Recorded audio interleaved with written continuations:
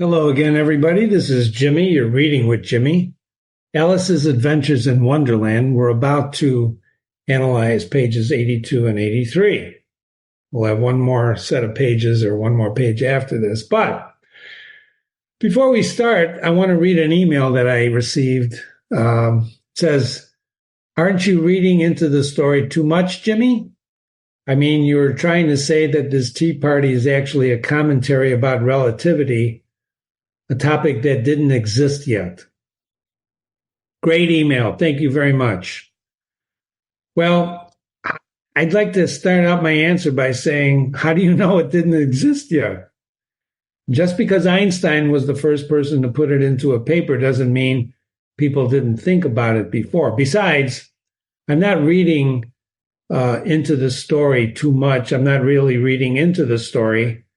I'm reading about the story and bringing experiences to the story to try and understand the story from the story's point of view. We will never know. You and I, everyone listening today, will never know what Lewis Carroll wanted or didn't want us to read into it because it's a story and it's being told by a third-person narrator, not Lewis Carroll. By the way, it's not Lewis Carroll. It's a third-person narrator.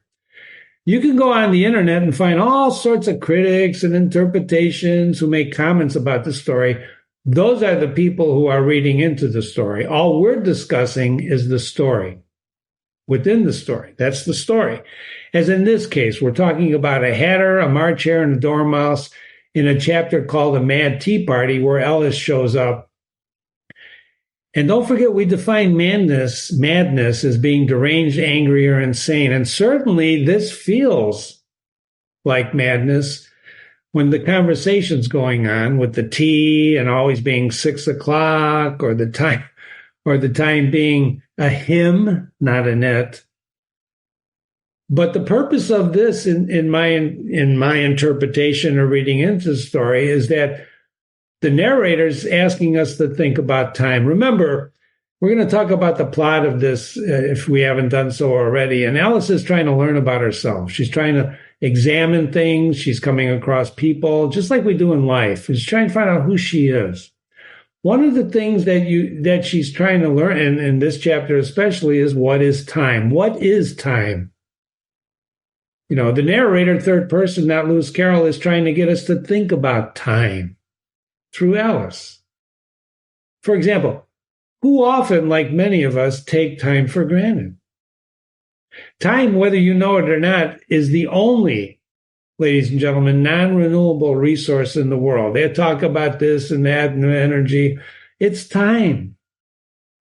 And you never get it back once it goes. Remember I talked to you about Sartre, nausea, all that thing? Those are outside the things that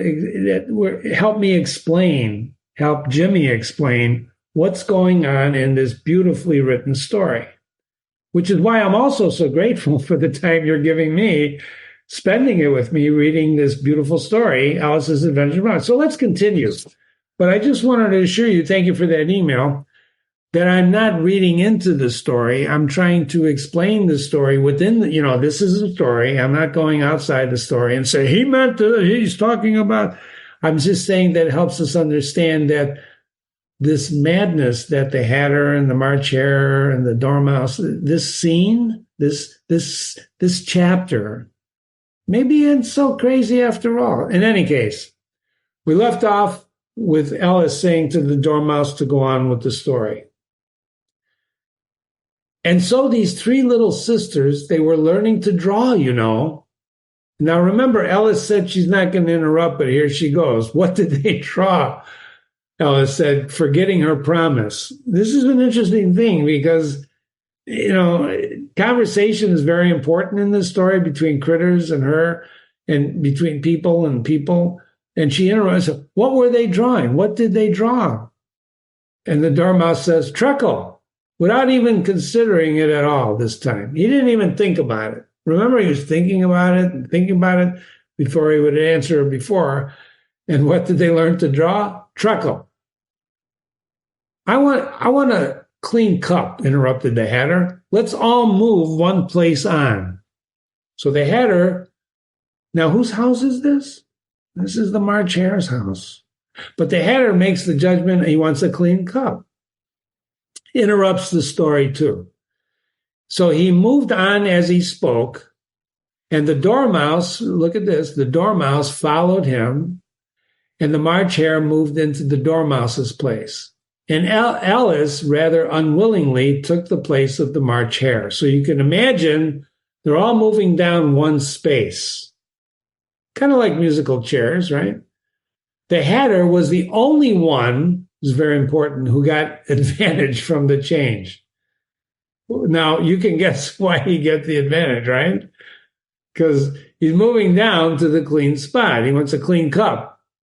Everybody else gets somebody else's cup. And Alice was a good deal worse than before because the March Hare had just upset the milk jug in his plate. So the March Hare spilled milk in his plate. So she got a dirty plate too. Alice didn't want to offend the Dormouse again, so she began very cautiously. But I don't understand, where did they draw the truckle from? You can draw water out of a water well, said the Hatter. Remember, the Hatter is one smart Hatter, isn't he?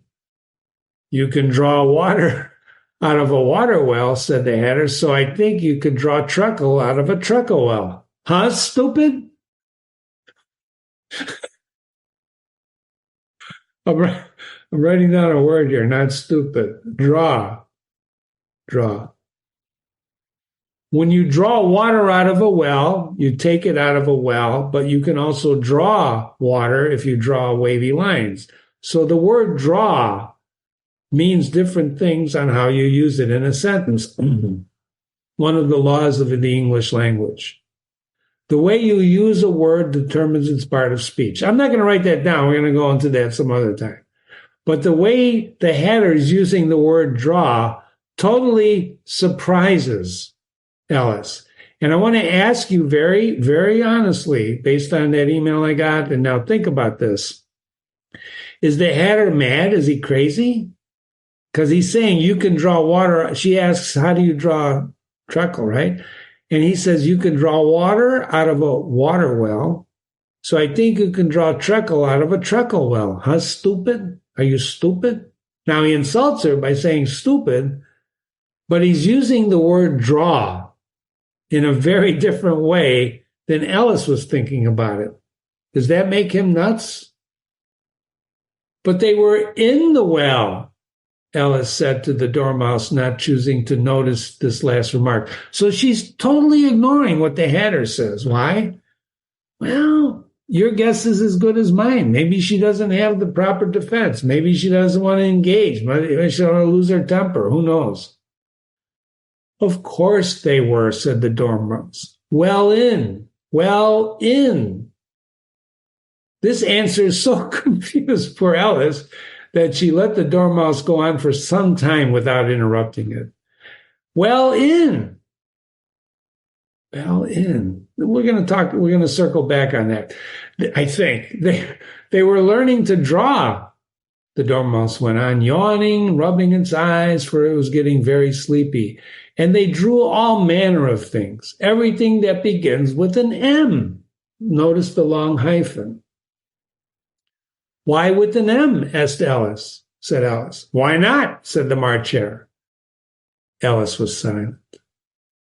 The Dormouse had closed his eyes by this time and was going off into a doze. But on being pinched by the Hatter, it woke up again with a little shriek and went on. That begins with the M, such as mousetraps and the moon and memory and muchness. You know, you say things are much of munchness. Did you ever see such a thing as a drawing of a munchness? Really? Now you ask me, Alice, very confused. What's going on here, ladies and gentlemen? What's going on here? The Dormouse is talking, everything begins with an M, like mount, ba. Then really, I don't know what, I don't think. Then you shouldn't talk, said the Hatter. There he is again. This piece of rudeness was much more than Alice could bear, so she got up in a great disgust and walked off. That's it. The line was crossed. You shouldn't talk if you don't think, right? If you don't think, you shouldn't talk. She walks off, and the dormouse fell asleep instantly, and neither of the other took the least notice of her going, though she looked back once or twice, half hoping that they would call after her. This is a very interesting concept. She goes off in a huff, right? We've seen this behavior before. That's it. But they take no notice of her. The last time she saw them, they were trying to put the dormouse into a teapot.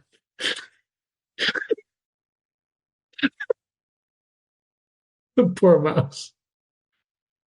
At any rate, I shall never go there again, said Alice, as she picked her way through the wood. It's the stupidest tea party I ever was in my life. Stupidest is an adjective modifying the noun, tea party, right?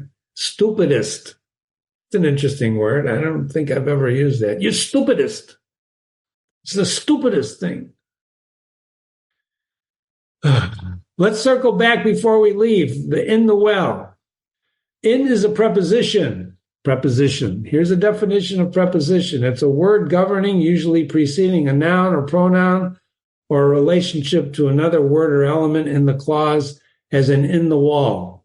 Prepositions connect groups of words. Very, very, very important. Prepositions.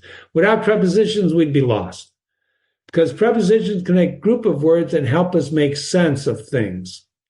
And there are about 150 prepositions. I'm not going to ask you, Jimmy's not going to ask you to memorize them. With the most common, here's the most common: above, across, against, along, among, around, etc., etc., etc. There's right? Prepositions. When Jimmy was in school, he was taught prepositions. The way to think about a preposition is to think about a garbage can. So if you imagine you can think of anything you want, any object you want. But a garbage can was the way I was taught. So prepositions are words that say in the can, around the can, above the can, before the can, behind the can, between the can. Words that connect that word can, garbage can, to the rest of the sentence you're talking about are prepositions. Very, very important. So when we look at that, but they were in the well, Alice said to the dormouse. And remember, they were talking about drawing water from the well, and they were drawing treacle, and that was the discussion. It's a treacle well. Of course, you can draw treacle out of a well, right? And and the hatter calls her stupid, but they were in the well, not choosing to notice. She's trying to ignore the hatter. And of course they were. The dormouse said, well in. They were well in the well. They were in that well. Well in the well. They were in the well. Of course they were. This is Jimmy. You're reading with Jimmy Ellis's Adventures in Wonderland. A Mad Tea Party. We were analyzing pages 82 and 83. Thanks for listening. And I'll see you at the next round, which will be the ending, I believe, of chapter 7, A Mad Tea Party. Talk to you soon.